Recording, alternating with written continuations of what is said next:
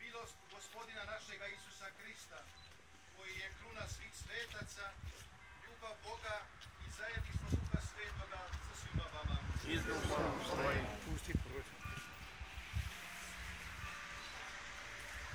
Draga braćo i sestre, okupili smo ovdje ispred ove zgrade u molitvi i sjećanju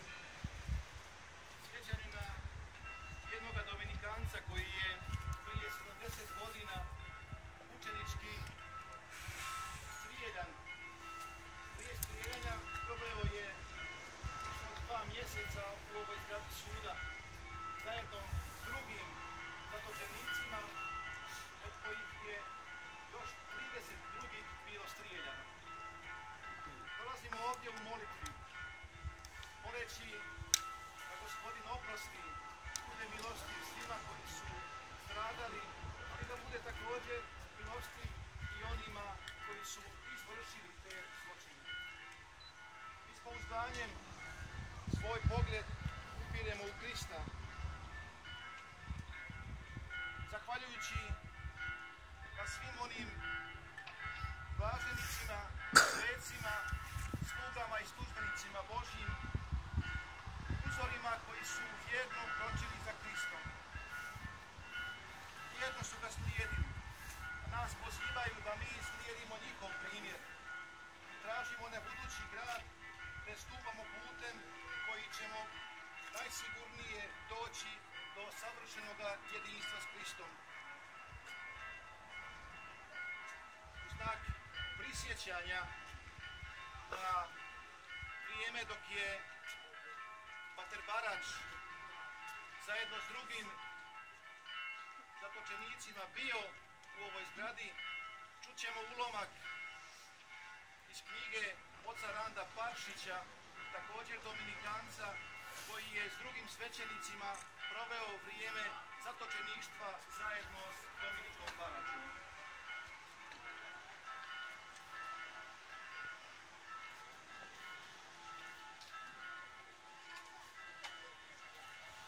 Trogir, 4. tamnica.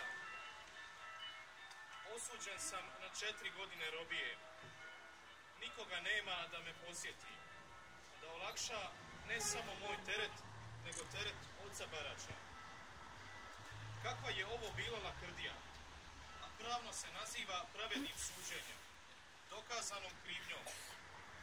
Treba prisustvovati takvu suđenju da se vidi kako se nepravda naziva pravdom. Gdje će biti moja robija? Otkriva naredba da uđem milicijski auto Maricu. Ulazim i sa mnom osuđeni gospodin Vinko Filičić, Dubrovčanin. Nakon podužeg putovanja opažam poznate predjele. Bio je to Split, ali mi skrećemo na periferiju grada, na Bačvice. Vode nas u podzemlje. Hodnikom idemo do sobe u koju nemilo uguraju mene i Vinka Filičića. Ostale razmjestiše u druge sobe. Što sada? Vidim da i ovdje na Bačvicama krevet cementni pod. Kad bih imao išta čime bi se mogao pokriti. Iako smo stigli umorni, nema spavanja. Čuje se plač, galama i krikovi. Ne samo to, nego odjekuju i mukli udarci, jauk i uzdisaji. Raspoznaju se mukli udarci. Zatvorenici jauču, zazivaju majko moja. Nadam se da ću barem u mrkloj noći zatvoriti oči i usnuti. Nada se i moj supatnik Vinko. Zaspali smo zbog umornih živaca, ali njega i mene probudi buka kamiona i vika. Da nam je dokazati, vidjeti o čemu se radi. Budući da naša podrumska soba ima prozorčić visoko u ravnini s vanjskim dvorištem, nismo mogli vidjeti što se događa. Rekao Vinku da me pridrži i podigne kako bih vidio što se vani zbiva. Uspio sam uočiti što se događa. Naglo skočim na cementni pod sobe i zavapim. Jao, grozno! Što je? Ne pitaj me dok ne dođem k sebi. Tek mu tada ispričam što sam vidio. zašto sam se nago povukao s prozora. U kamion ubacuju vezane ljude, zatvorenike. Opiru se. Upravo gledam jednoga, uhvatio se za željeznu ogradu. Čvrsto se drži rukama. Uzalud ga stražari istežu, potežu, udaraju. On čvršće drži, svjestan gdje ga vode. Tada slijedi užas. Čuvari sjekinicom udare jednu pa drugu ruku. Odsjeku mu ruke, a njega ubace u kamion. To je povijest mučenika, a i sramota ubojica. Sa Bačvica sutradan opet u milicijsko vozilo Maricu, te cestom kroz 7 kaštela dođo smo u Trogir. Usred Trogira je zgrada u koju ću robijati. Na prvi mah je privlačna, dok se ne uvjeriš u suprotno. Penjemo se stepenicama. Na vrhu odmah ulazimo u hodnik. Čekam. Na desnoj strani vrata su zaključana. Otvara ih čuvar.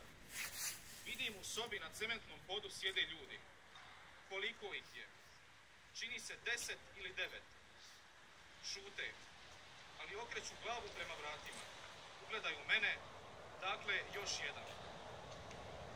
Pozdravim pozdravom hvaljen Isus, jer sam znao da ću robijati s osuđenim svećenicima. Prva mi je pomisao kako sebi pronaći prostor na cementnom podu, kada soba izgleda poput konzerve pune ribe. Stariji svećenik pokaže mi gdje bi se mogla smjestiti. Uzeć svoju takozvanu postelju, lagano pokrivač, irak se mi ulaza na postelju. Osobito gradske vrtime dvojica ranjenica Dubrovačkih pomoćnih policija. Frabenko Tulić i Tone Milošević. Da sam birao, ne bih mogao bolje društvo nego li su oni. Poznavao sam ih. Nastane žamo. Među ostalima proradila znatiželja. Tko sam ja, a tko su oni? Evo njihovih imena i prezimena. Svi su osuđeni na kaznu robije. Fra Metod Latinac, 3 godine zatvora i 5 godina gubitka građanskih prava. Fra Vice Rosandić, 2 godine stroge tamnice s prisilnim radom, gubitak građanskih prava. Fra Milan Šetka, 3,5 godine prisilnog rada i gubitak građanskih prava. Prava na 2 godine. Gubitak građanskih prava na 2 godine. Fra Bernardin Topić, kazna strijeljanjem smanjena na 20 godina robije s gubitkom građanskih i političkih prava. Don Jure Fratrović, na 3 godine lišen slobode s prinudnim radom.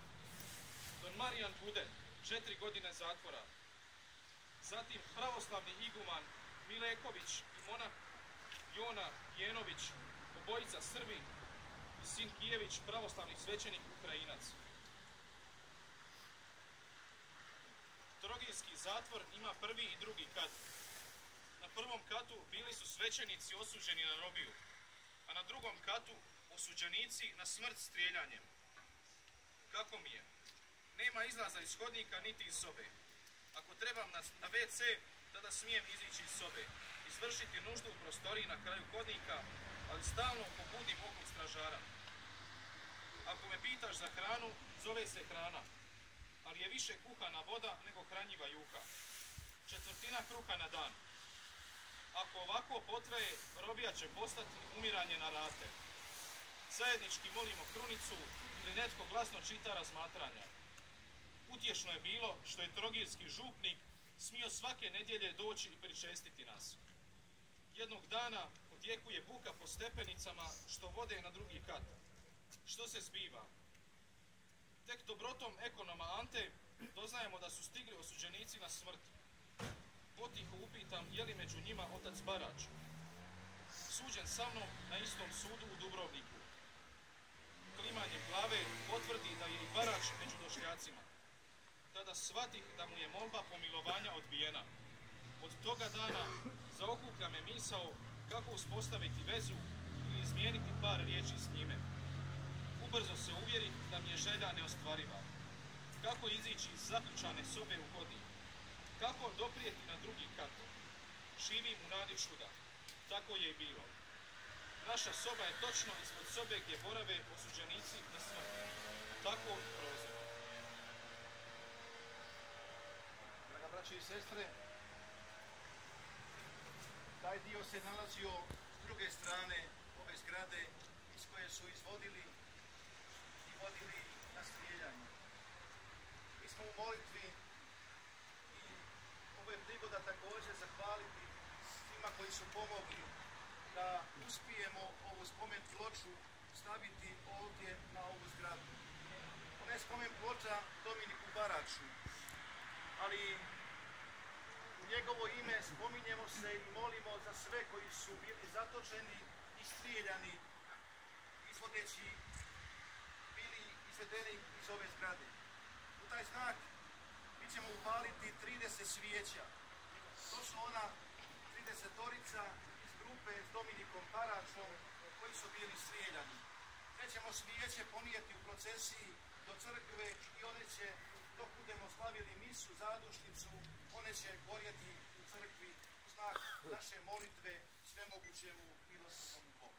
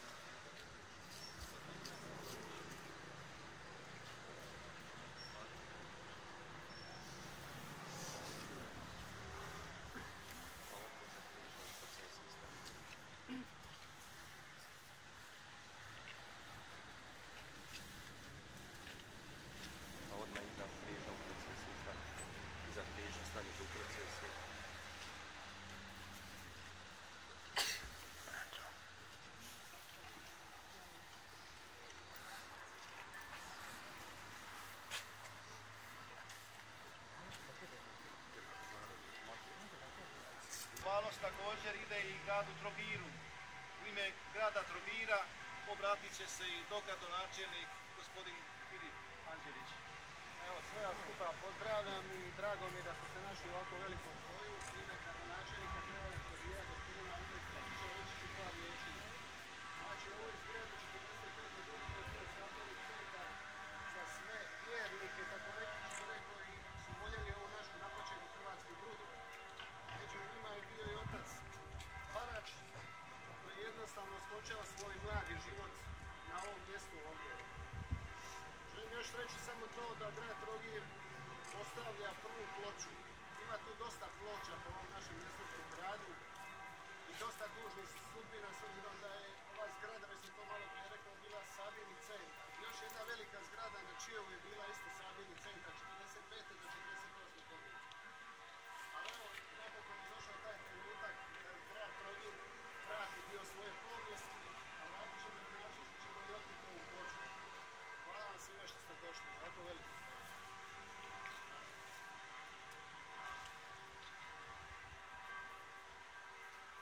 Bože, izvore svetosti, ti si dao da u tvojim svecima, blaženicima, slugama Božjim i svim uzorima svetosti pristaju čudesa tvoje mnogovrsne milosti.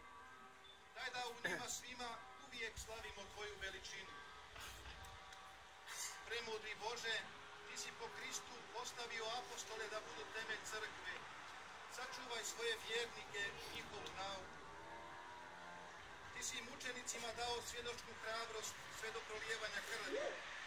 Daj da kršćani budu vjerni svjedoci tvoga Sina. U svima svecima ti pokazuješ svoju svetost, te očituješ svoje lice i svoju riječ. Daj nama, svojim vjernicima, da svece, blaženike, sluge Božje i sve vjernike uzore svetosti, tako štujemo te se što tješnje povežemo s Tobom, našim Gospodinom, koji živiš i kraljuješ u vijeke vjekova.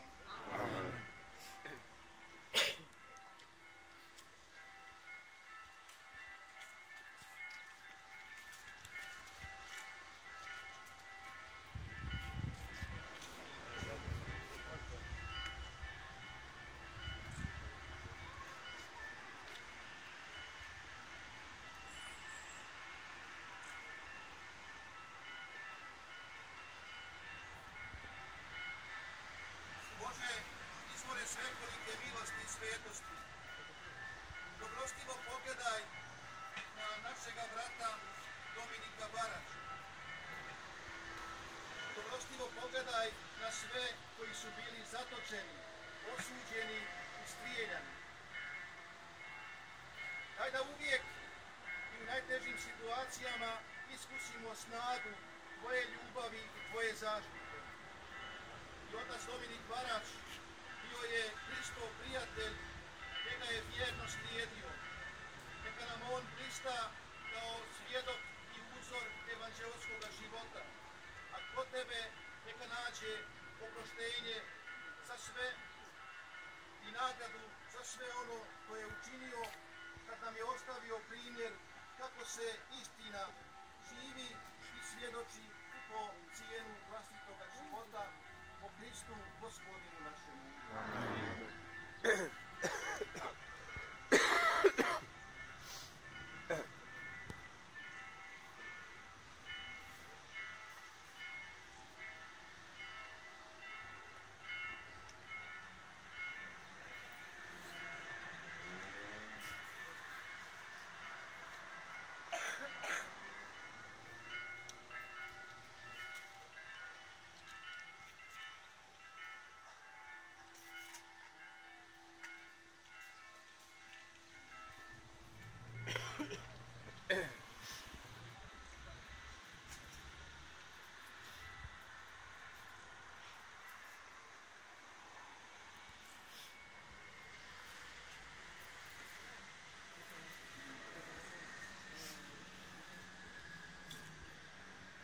I sestre, pomolimo se onako kako nas je Krist Gospodin naučio moliti. Oče naš, koji jesi na nebesima, sveti se ime Tvoje, dođi kraljevstvo Tvoje, budi volja Tvoja, kako na nebu, tako i na zemlji. Kruh naš svakdanji daj nam danas i otpusti nam duge naše, kako i mi otpuštamo dužnicima našim. I ne uvedi nas u napast, nego izbavi nas od zla. Našemu bratu Dominiku Baraču i svima koji su osuđeni i strijeljani, izvedeni iz ove zgrade suda i odvedeni na Trogirsko groblje. Pokoj vječni daruj, Gospodine. Svjetlost vječna svjetla njima.